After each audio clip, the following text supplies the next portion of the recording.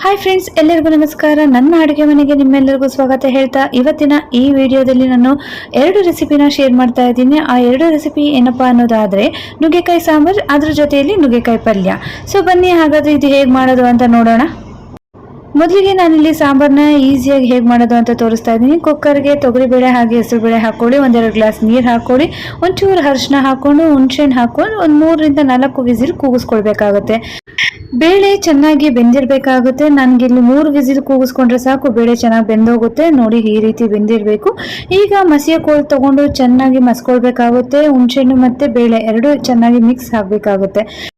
ಅದೇ ಕುಕ್ಕರ್ಗೆ ನಾನಿಲ್ಲಿ 1 ಈರುಳ್ಳಿಯಲ್ಲಿ ಅರ್ಧ ಈರುಳ್ಳಿ ಹಾಕೊಳ್ತಾ ಇದ್ದೀನಿ, ಹಾಗೆ 2 ಟೊಮ್ಯಾಟೊ ಮತ್ತು 1 ಬೆಳ್ಳುಳ್ಳಿನ ಸುಲಿದು ಬಿಟ್ಟು ಅದನ್ನು ಚಚ್ಚಿ ಹಾಕೊಳ್ತಾ ಇದ್ದೀನಿ. ಈಗ ನುಗ್ಗೆಕಾಯಿ ಅದ್ರ ಜೊತೆಲಿ 1 ಆಲೂಗಡ್ಡೆ ಹಾಕ್ಕೊಂಡು 2.5 ಟೇಬಲ್ ಸ್ಪೂನ್ನಷ್ಟು ಸಾಂಬಾರು ಪುಡಿ ಮತ್ತು ಅರ್ಧ ಟೇಬಲ್ ಸ್ಪೂನ್ನಷ್ಟು ಅಚ್ಚಕಾರದ ಪುಡಿ. ಖಾರಕ್ಕಾಗಿ ನೀವು ಬೇಕಾದ್ರೆ ನೀವು ಹಸಿಮೆಣಸಿನ್ಕಾಯಿ ಕೂಡ ಹಾಕ್ಕೊಳ್ಬೋದು. ಈಗ ರುಚಿಗೆ ತಕ್ಕಷ್ಟು ಉಪ್ಪು ಹಾಕ್ಕೊಂಡು ಕೊತ್ತಂಬರಿ ಹಾಕ್ಕೊಂಡು ಮತ್ತೆ 2 ವಿಸಿಲ್ನ ಕೂಗಿಸ್ಕೊಳ್ಬೇಕಾಗತ್ತೆ.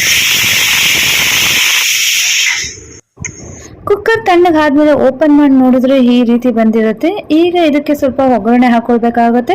ನಾನಿಲ್ಲಿ ಒಗ್ಗರಣೆಗೆ ಒಂದು ತಪ್ಪಲೆ ತೊಗೊಂಡು ಆ ತಪ್ಪಲೆಯಲ್ಲಿ ಸ್ವಲ್ಪ ಎಣ್ಣೆ ಹಾಕ್ಕೊಂಡು ಸಾಸಿವೆ, ಕರಿಬೇವು ಮತ್ತು ಒಂಚೂರು ಈರುಳ್ಳಿ, ಅದೇ ಆಗಲೇ ಅರ್ಧ ಏನು ಈರುಳ್ಳಿ ಹಾಕ್ಕೊಂಡಿದ್ವು, ಇನ್ನು ಮಿಕ್ಕಿದ ಅರ್ಧ ಇದಕ್ಕೆ ಹಾಕ್ಕೊಳ್ಬೇಕಾಗುತ್ತೆ. ಈಗ ಈರುಳ್ಳಿ ಅರ್ಧಂಬರ್ಧ ಬೆಂದಿರಬೇಕು, ತುಂಬ ಬೇಯಿಸೋಕೆ ಹೋಗಬೇಡಿ. ಅದಾದಮೇಲೆ ಸಾಂಬಾರು ಏನು ನಾವು ರೆಡಿ ಮಾಡಿ ಇಟ್ಕೊಂಡಿದ್ವೋ ಅದನ್ನು ಹಾಕ್ಕೊಂಡ್ರೆ ಸಾಂಬಾರು ರೆಡಿ ಆಗುತ್ತೆ. ಸೊ ಸಾಂಬಾರು ರೆಡಿ ಆಯಿತು. ಈಗ ಪಲ್ಯಕ್ಕೆ ರೆಡಿ ಮಾಡ್ಕೊಳ್ಬೇಕಾಗುತ್ತೆ. ಪಲ್ಯಕ್ಕೆ ನಾನಿಲ್ಲಿ ಒಂದು ಸ್ವಲ್ಪ ಕಡಲೆ ಬೀಜ ಅದು ಹುರ್ಕೊಂಡಾದ್ಮೇಲೆ ನಾನು ಅರ್ಧ ಟೇಬಲ್ ಸ್ಪೂನ್ ಅಷ್ಟು ಮೆಣಸು, 1/4 ಟೇಬಲ್ ಸ್ಪೂನ್ ಅಷ್ಟು ಜೀರಿಗೆ, ಒಂದು 4-5 ಒಣಮೆಣಸಿನ್ಕಾಯಿ ಹಾಕೊಳ್ತಾ ಇದ್ದೀನಿ. ಇಷ್ಟನ್ನು ಜಾರ್ಗೆ ಹಾಕೊಳ್ಬೇಕಾಗುತ್ತೆ. ಈಗ ಒಂದು ಬಾಣಲಿಗೆ ಎಣ್ಣೆ ಮತ್ತು ಸಾಸಿವೆ, ಈರುಳ್ಳಿ, ಕರಿಬೇವು ಹಾಕೊಳ್ಬೇಕಾಗುತ್ತೆ. ಈರುಳ್ಳಿ ಸ್ವಲ್ಪ ಕೆಂಬಣ್ಣ ಬರಬೇಕು. ಕೆಂಬಣ್ಣ ಬಂದಾದ್ಮೇಲೆ ನಾನಿಲ್ಲಿ ನುಗ್ಗೆಕಾಯಿನ ಹಾಕೊಳ್ತಾ ಇದ್ದೀನಿ. ಅದ್ರ ಜೊತೆಲಿ 1/2 ಗ್ಲಾಸ್ನಷ್ಟು ನೀರು ಹಾಕ್ಕೊಂಡು ಒಂದು ಪ್ಲೇಟ್ ಮುಚ್ಚಿ ಅದನ್ನು ಚೆನ್ನಾಗಿ ಬೇಯೋದಕ್ಕೆ ಬಿಡ್ತೀನಿ.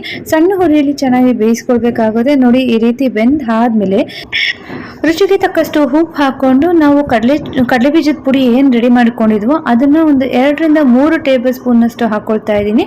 ಇವತ್ತಿನ ಈ ವಿಡಿಯೋದಲ್ಲಿ ನೋಡೋದ್ರಲ್ಲ ಹೇಗೆ ನಾನು ನಮ್ಮ ಮನೆಯಲ್ಲಿ ನುಗ್ಗೆಕಾಯಿ ಸಾಂಬಾರು ಹಾಗೆ ನುಗ್ಗೆಕಾಯಿ ಪಲ್ಯ ಮಾಡ್ತೀನಿ ಅಂತ ತೋರಿಸಿದ್ದಾಯಿತು. ನೀವು ಒಮ್ಮೆ ನಿಮ್ಮ ಮನೆಯಲ್ಲಿ ಟ್ರೈ ಮಾಡಿ. ಇವತ್ತಿನ ಈ ವಿಡಿಯೋ ನಿಮ್ಮೆಲ್ಲರಿಗೂ ಇಷ್ಟ ಆಗಿದೆ ಅಂದ್ಕೊಳ್ತೀನಿ. ಇಷ್ಟ ಆಗಿದ್ರೆ ಪ್ಲೀಸ್ ನಮ್ಮ ಚಾನಲ್ನ ಸಬ್ಸ್ಕ್ರೈಬ್ ಮಾಡಿ, ಪಕ್ಕದಲ್ಲಿ ಬೆಲ್ ಐಕಾನನ್ನು ಕ್ಲಿಕ್ ಮಾಡಿ. Thank you.